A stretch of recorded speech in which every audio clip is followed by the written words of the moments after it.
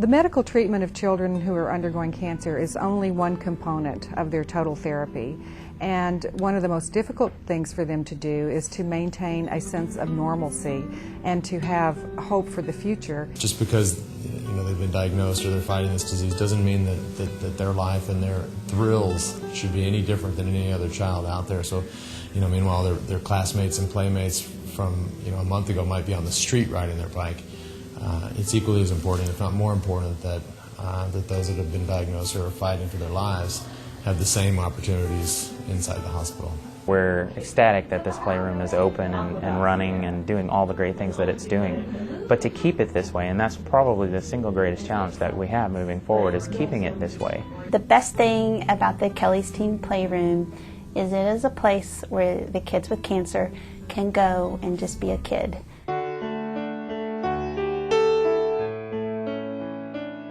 Even before, Kelly got the diagnosis of cancer, she was, the fun kid on the block. She was very outgoing and always wanted to make sure that people knew that she was going to fight. Anything that she had to do, she was going to fight just as strong and as hard as she could. It was the fight of her life. During her course of therapy and multiple hospital stays, she kind of became a beacon of the children of the hospital. She always had a great attitude, even when she was sick and didn't feel well. For somebody that's 12 years old, she did more in her days than many of us do with 80 years of life. When she comes into the studio, she'd light up the room, and she was one of our best guests ever, and she would tell great stories about her and Lance and riding a bike and about her illness. Even when she was sick and not feeling well, she would come in with energy and ideas, and she would interact in a very positive way with everybody. She always wanted to make sure that everybody around her was having fun. The nurses actually kind of used her when the other children were not feeling well.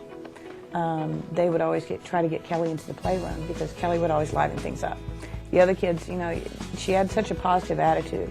And she knew, and I guess she probably learned that from Lance more than anybody, was attitude's everything. I want to say hello to Kelly Davidson in Fort Worth. Kelly, we've been thinking about you. Stay strong. I'll never forget down Thundercloud Subs on Riverside, and her being there, and really the radiance behind her. I mean, it was an encounter I'll never forget, and it's one that it was so strong that after she left, after that day ended, I thought I have to find this young girl. So I called down the hospitals looking for this special little lady. She was fortunate enough to meet Lance Armstrong early in her therapy, and they became very good friends, and he was just a regular guy to her. And she would always tell me, Mom, if he can have a foundation and do things for people with cancer, why can't I? She never asked for anything for herself. She always asked for the other kids and for the hospital itself. 11-year-old Kelly Davidson, a cancer survivor, shaved JB and Sandy bald this morning. The two hope their new haircuts will raise awareness of what Kelly and kids like her go through as they fight cancer. The amazing thing that connected with us is when she wanted to raise money. She was sick, and one year she was almost too sick to ride on a tandem with Lance, and she just set out to raise the most money. And her big thing was, we need to have the best toys. We don't need to just have any toys. We need to have the best toys. We need to have the best video games. We need to have the best everything in our playroom. There is definitely a therapeutic value to having that playroom. The work of children is play. And when they spend 5, 6, 10, 12, 28 days in a hospital room where the environment is very artificial. The lights and people coming in and out and machines beeping and people awakening them every 4 hours to take vital signs. There's nothing normal about that. There's nothing normal that represents typical childhood. So when they're able to go to the playroom, they're able to go back to a bit of normal childhood. And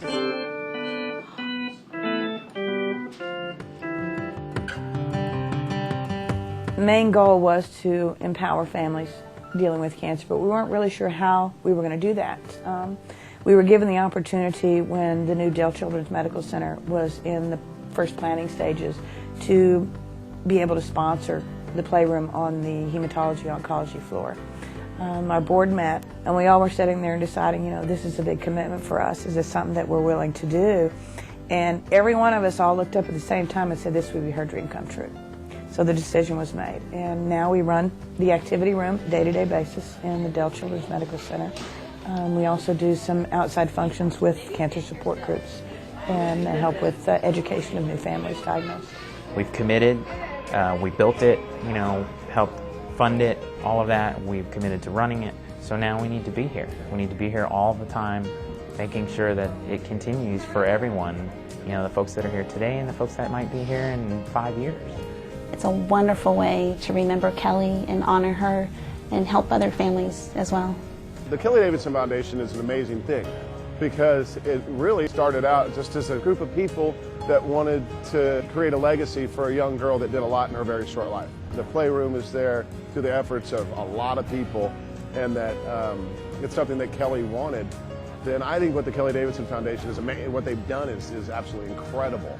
There was something about that young woman that just said, hey, I'm special, and help me out, help me in my fight, help this cause out. And she was, you know, if we could somehow bottle that up and put that into other people or put that into other situations, we would be a lot better off. And so she was a hero of mine at the time, and she still is today, and I'll never forget her for the rest of my life.